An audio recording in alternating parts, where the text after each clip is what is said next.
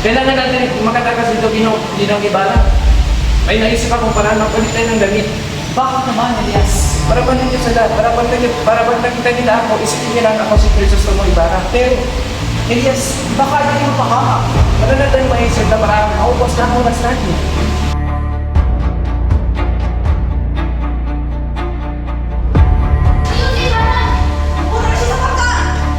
Ito lang na dito, Ginong Ibarra. Makay ka na sa bangka, Ginong Ibarra.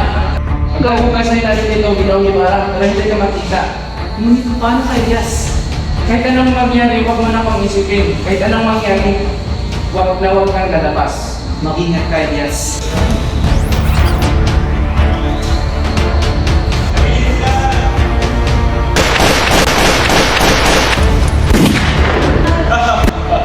Akala mo siguro hindi ka namin nagsisintaro Ginong Ibarra.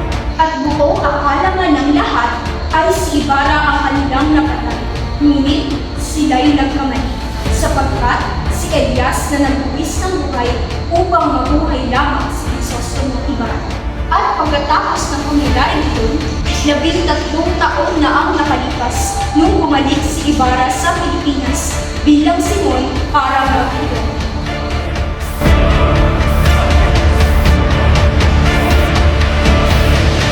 Sa ibabaw ng bakod, isang umaga sa Ilog Pasig, naglalayag ang bakod tao.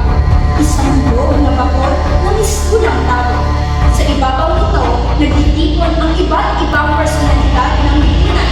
Nakatayo sa ibabaw ng bakod, sina Don Rosilio, Bensay, Padre Sibayla, Padre Amora, at sila. Kailangan talaga natin ayusin ang Ilog Pasig upang mas maging mapadali ang ating paglalakbay, di ba? Tama ka, Don Rosilio. Dapat gumawa ng isang malaking kanal upang ito'y nakinig. Ngunit sino ang magbabayad para sa mga proyekto? Siguro ang mga Indio, total sila naman ang nakikinabang, di ba?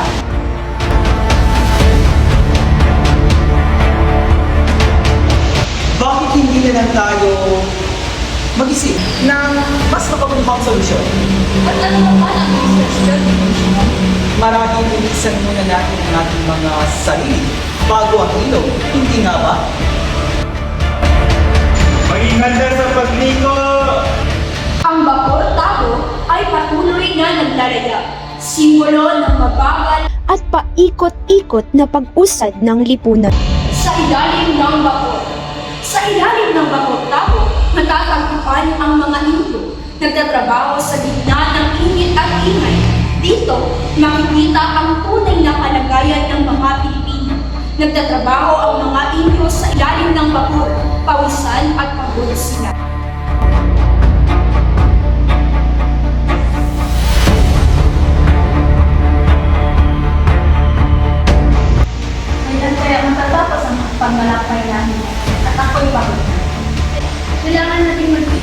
sapagkat ito lamang ang tanging paraan upang kumita tayo ng pera.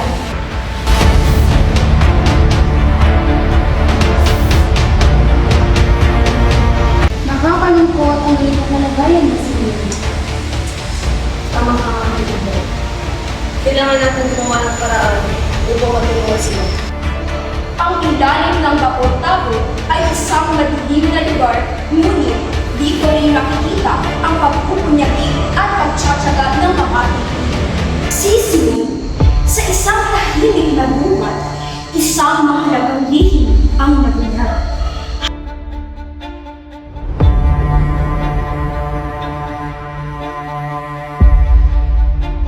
Habang pauwi si Basilio galing sa siga ng kanyang ina, ay may narinig itong mga yapak ng paa, kaya nagtama ito sa puno ng bayan. Sa pagkatama ni Basilio, minamasdan niya ang ginagawa ni Simon.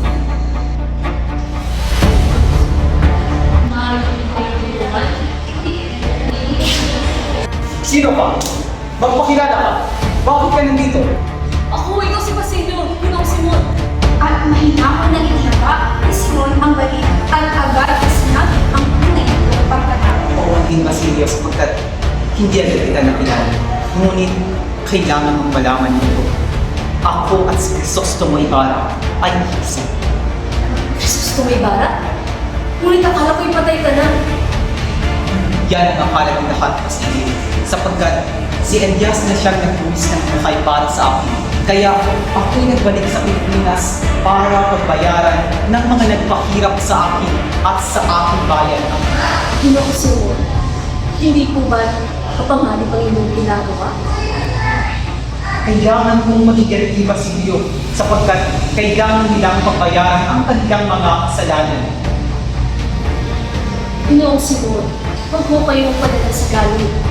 Mas makabubuti kung magtuon na lang tayo sa pagtulong sa ating mga kababayan sa pamamagitan ng edukasyon at pag-aaral.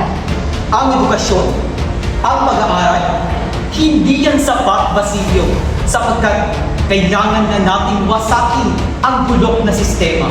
Kaya, Basilio, samahan mo ko. Tulungan mo akong maghiganti. Hindi ko po kayo matutulungan sa kamaramihan. Naniniwala pa din ako sa kapangyarihan ng edukasyon at pagkakaisa.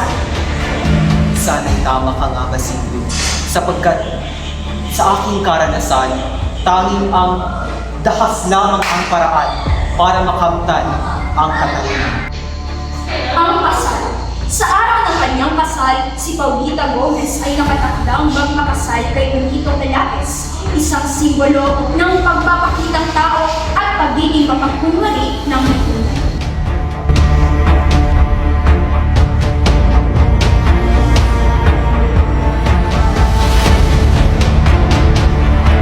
Sa loob ng bahay ni Paulita Gomez, abala ang lahat sa paghahanda para sa kasal.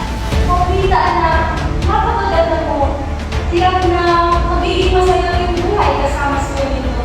Isang nalaas na naman ang mapapangasawa mo. Salamat, Paulita. At dumating si Benito Velazquez na nagpapakot at nagpapakipres.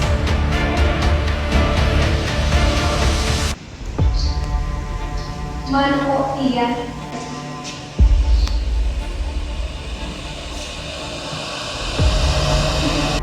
Paulita, aking mahal. Handa na ako maging iyong pabiyak. Ikaw ang pinakamagandang babae sa buong Maynila. Sana ibalik mo yun. Hindi naman. Kayo nga po, Paulita. Ngunit, dumating si Basilio, nagmamadali at pawis na pawis. Paulita, kailangan niyo muna sagad. May bomba silang pala.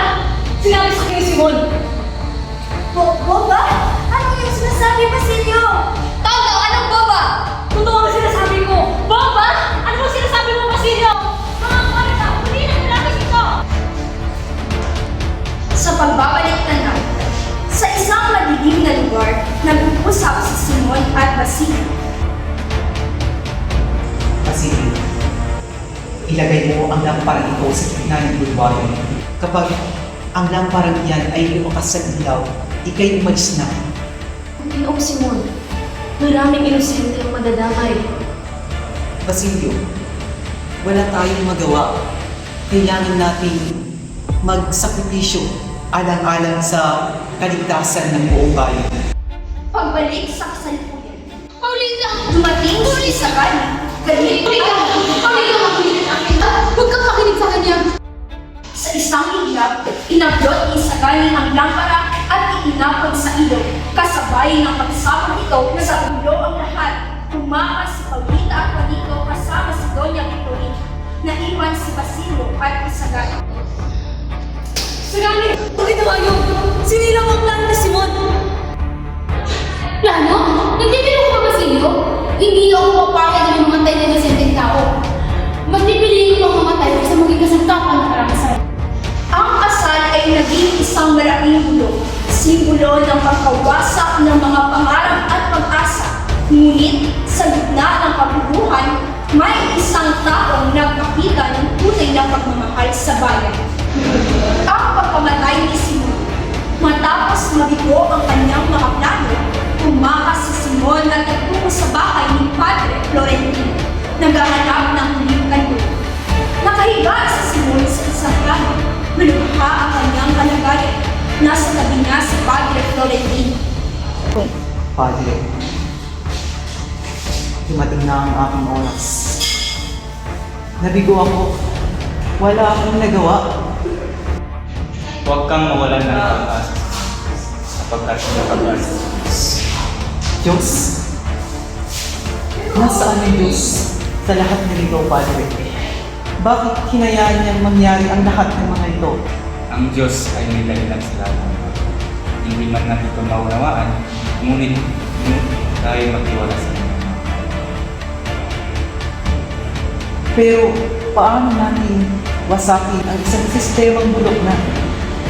Hindi sa pamamagitan ng karanasan, ngunit sa pamamagitan ng edukasyon, pagmamahal at ang pananampalataya. Padre, itapon mo ang mga ito sa galang. Ayaw ko nang maging sanhi pa ito ng kasamaan. Gagawin ko, Simon, itangan na namin ko yung maguluhan.